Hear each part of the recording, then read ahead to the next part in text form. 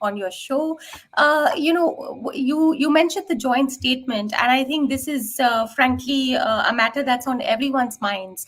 But I will say that India's G20 presidency has taken place in a very volatile geopolitical context amidst heavy global polarization.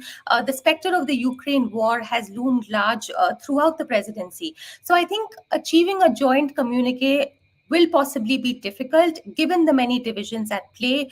We have to remember that since the Bali summit last year, positions of countries have hardened, the war has progressed. So I think in this sort of geopolitical context, achieving consensus on what language is acceptable in the statement will be difficult, and India will, I would say, push for a statement in line with its focus on finding a solution to the conflict.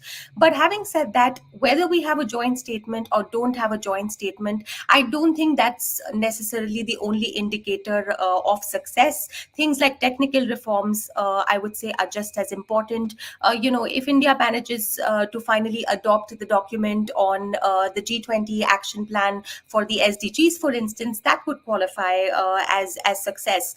And throughout the presidency, I would say India's big achievement has been that despite all the security issues plaguing the group, despite the heavy polarization that has taken place, India has managed to retain the G20's focus on issues impacting the global south. And it has ensured that issues of climate change, debt crisis, economic recovery don't fall off the global agenda just because there is a big security issue.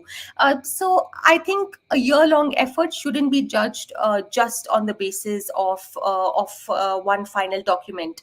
But I'd also like to add that, yes, we do live in a very fractured world.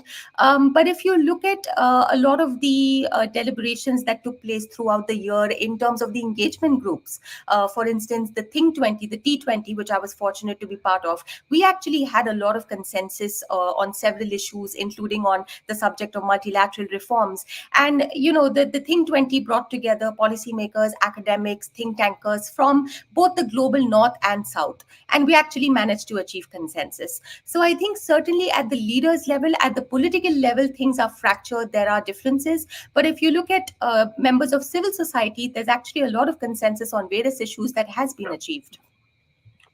That's a very